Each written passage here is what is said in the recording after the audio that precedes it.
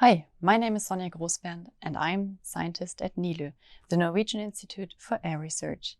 At NILU, we monitor and research air quality and climate for a cleaner atmosphere. In the next 15 minutes, you will learn about air quality and how to measure it. Two high school students from Oslo in Norway will demonstrate how they did it in their project, under the lead of NILU. Their project was part of the EU-funded research project Action, a participatory science toolkit against air pollution. Let's start. If you have seen the video teaser, you know already that we breathe about 12,000 liters of air each day. That's an amazing number. We are concerned about the quality of the food we eat and of the water we drink, but how cautious are we actually about the quality of the air we breathe? The air surrounding us is forming the Earth's atmosphere and is the precondition for life on our planet. Air consists of different gases and particles. As you can see on this slide, air consists of nitrogen, about 78%, 21% oxygen, about 1% argon, and less than 1% other gases. Gases and particles that can harm human health and the environment are called air pollutants. They are natural sources of air pollution, such as volcano eruptions, sand, dust, and pollen. Man-made sources are traffic, heating, emissions from industry or construction work.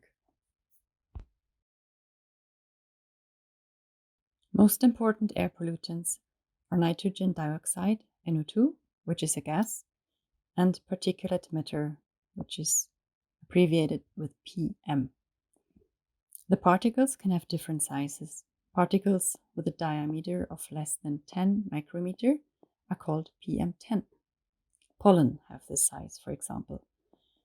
And particles with a diameter of less than 2.5 micrometers are called PM2.5. In comparison, they are slightly bigger than bacteria. As you see on the scale, gas molecules are even smaller. So, both gases and especially particles less than PM2.5 are super small, and they can easily diffuse through the lungs into the blood circuit and then be carried to the different organs in the body. Air pollution can cause health effects such as asthma and allergy, but even stroke and lung cancer. The World Health Organization estimates that each year up to 7 million people die prematurely due to the effects of air pollution. In order to know what we breathe, we have to make air pollution visible. There are several ways to do so.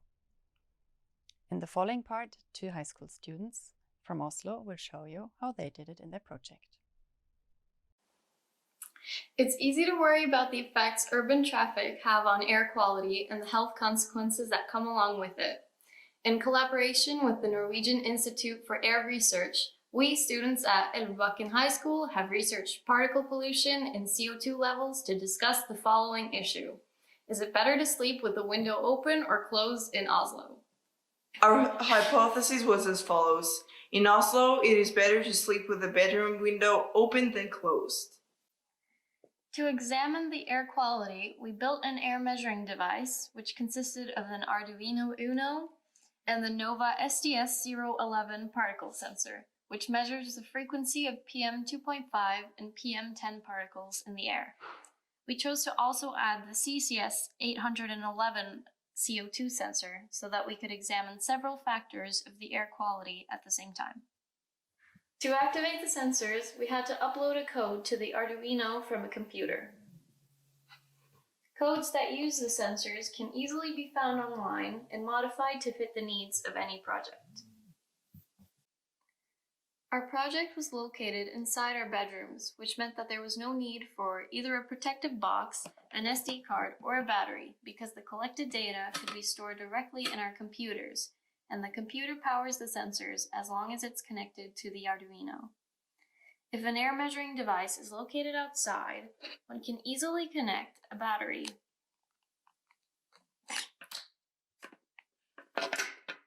and a micro SD card adapter, like this one, to the measuring device, which can store all the data that the sensors collect. The only thing is you must add to the code that the collected data be stored on an SD card. Our air measuring devices were placed in 3 homes in Oslo with different levels of car traffic.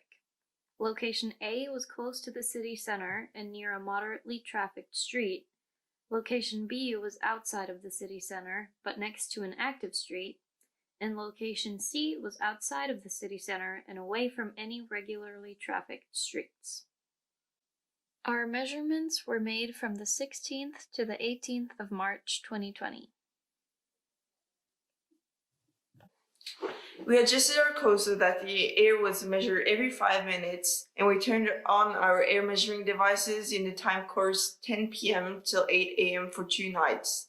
One night with the bedroom window open and the other night with the bedroom window closed. The collected data was presented graphically and compared with the National Institute of Public Health's criteria for air quality. These were the results. These charts outline the PM2.5, PM10, and CO2 levels throughout the night. The x-axis presents the time, while the y-axis shows micrograms of PM2.5 and PM10 per cubic meter and the parts per million of CO2 particles per cubic meter.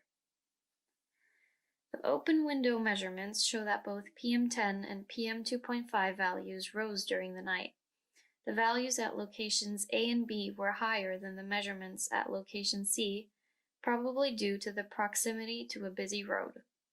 The CO2 measurements at the open window remained evenly low throughout the night due to regular supply of fresh air from the outside. The closed window measurements show low particle values throughout the night, except at location C. Location C started with high PM values, but these decreased during the night and stabilized at almost the same level as locations A and B. From this, it is concluded that the normal level of PM10 and PM2.5 at location C with a closed window is the same as of location A and B, but that a source polluted throughout the day, possibly the construction of a school being built near location C. CO2 levels were much higher with the windows closed compared to open windows, and these passed the National Institute of Public Health's recommended levels for indoor climate. According to the National Institute for Air Research, the amount of airborne dust rose above normal in Oslo during the period this project was carried out. This was due to dry weather that whirled up airborne dust and may have affected the results. Despite the increasing amount of PM10 particles that come with the window open, the amount is still below the recommended levels. Unlike this, the CO2 levels were above the recommended level when the windows were closed. Therefore, we conclude that our hypothesis matched with the results. The research shows that it is better to sleep with the window open in Oslo. In this project, we have become more knowledgeable about the local air quality. This project has allowed us to apply the knowledge we have gathered from past projects, such as programming and the scientific method, to perform our research. Most importantly, we have learned how people without a professional background can conduct their own research from home. Thank you for watching! This is a sensor like the one the students used in their project. It can also be used for measurements outside, if you put it in a casing, like this tube for instance, to protect it against water and wind.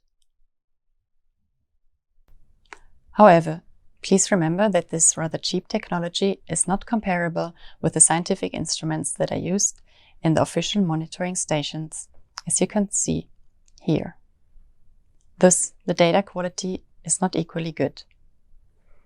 But as you have seen, these sensors can be used very well in school projects where the students learn to work interdisciplinary on their own research projects.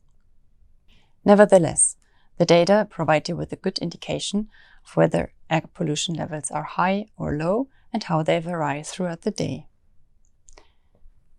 It gives you a good indication of when is the best time to bicycle, go for a walk, open the windows, and so on. You should also keep in mind meteorological factors. The sensors we used for measuring particles cannot distinguish between, for example, dust, air pollution particles, or water droplets. So, on wet and foggy days, the sensor will show high pollution values for PM10, although it is measuring only water droplets and the air quality might be fine. To be on the safe side, compare your measurements with the ones from the closest official measurement station ever so often to see if the sensor is still working okay and delivering reasonable data. Here you can find information about the project, including a step-by-step tutorial.